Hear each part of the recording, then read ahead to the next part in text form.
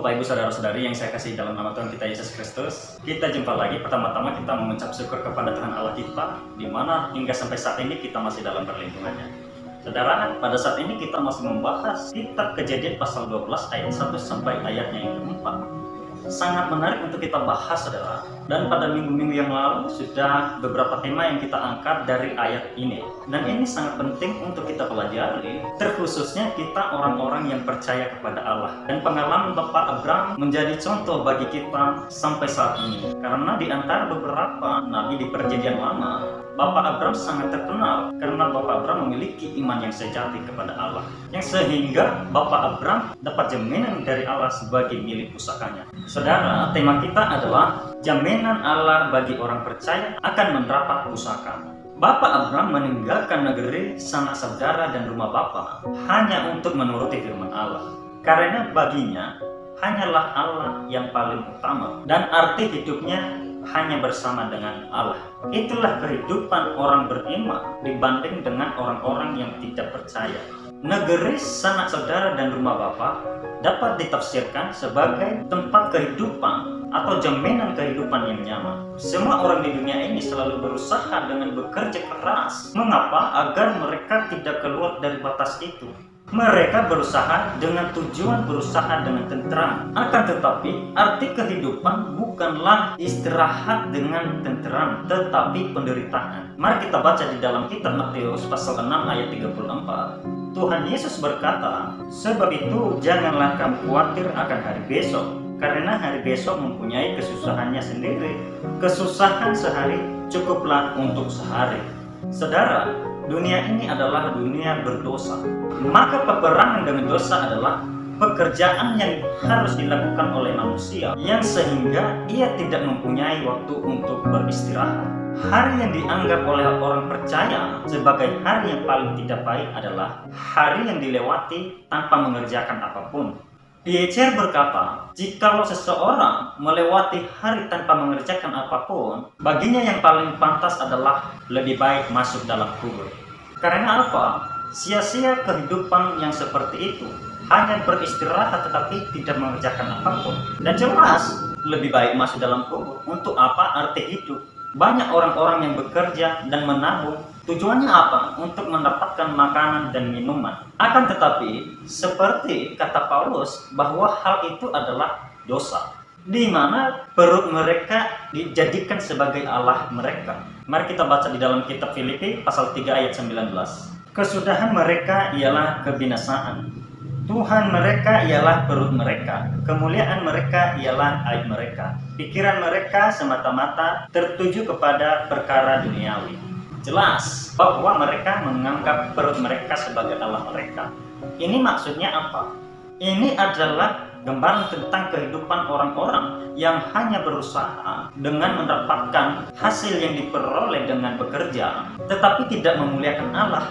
Karena mereka menganggap hal yang paling utama adalah makanan dan minuman, dan Allah mereka adalah perut mereka, sehingga mereka melupakan Allah. Dan Allah tidak berkenan dengan kehidupan orang-orang seperti itu.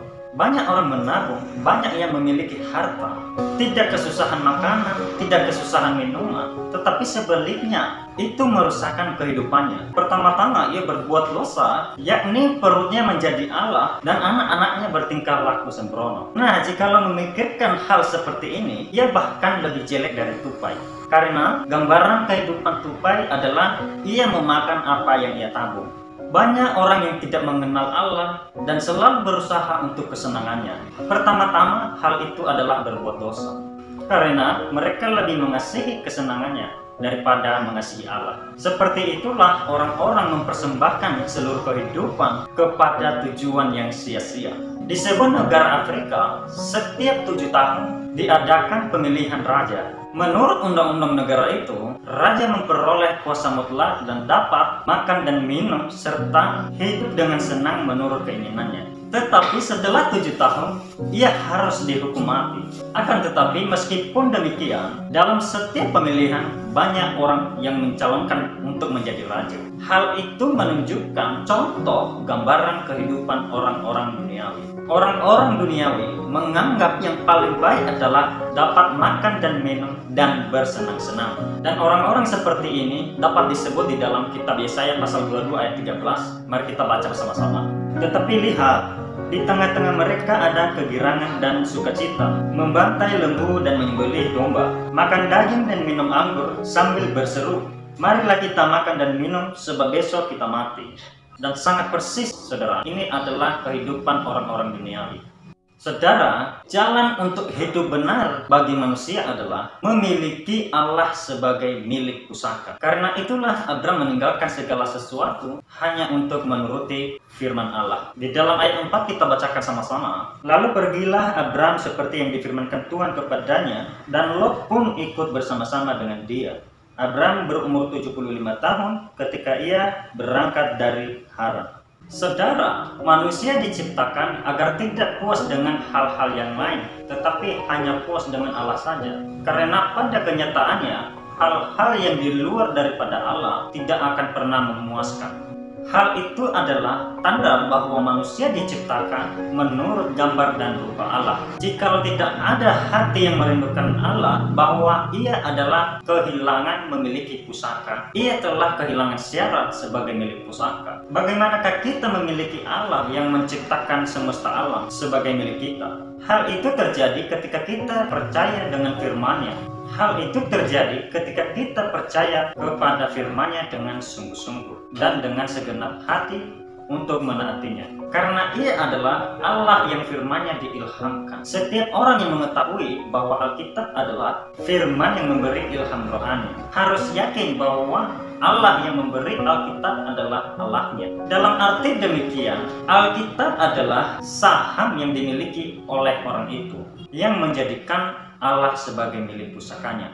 Allah kita bukanlah Allah imajinasi, tetapi adalah Allah di dalam Alkitab yang memberi ilham rohani kepada kita. Daud berulang kali mengatakan bahwa Allah adalah milik pusakanya. Di dalam Mazmur pasal 119 ayat 57. Kita baca sama-sama. Bagianku ialah Tuhan, aku telah berjanji untuk berpegang pada firman-firman-Mu. Kita tidak dapat membeli hal-hal yang baik dengan uang dan sebagainya. Misalnya iman, doa, damai sejahtera, pengharapan, dan lain-lain. Hal-hal demikian hanya dapat dimiliki oleh orang-orang yang menerima Allah sebagai milik pusakanya. Saudara, ketika kita menganggap Allah sebagai hal yang paling utama dalam kehidupan kita, maka kehidupan kita berhak, layak untuk mendapati janjinya dan memiliki Allah sebagai milik pusaka kita. Tuhan Yesus memberkati.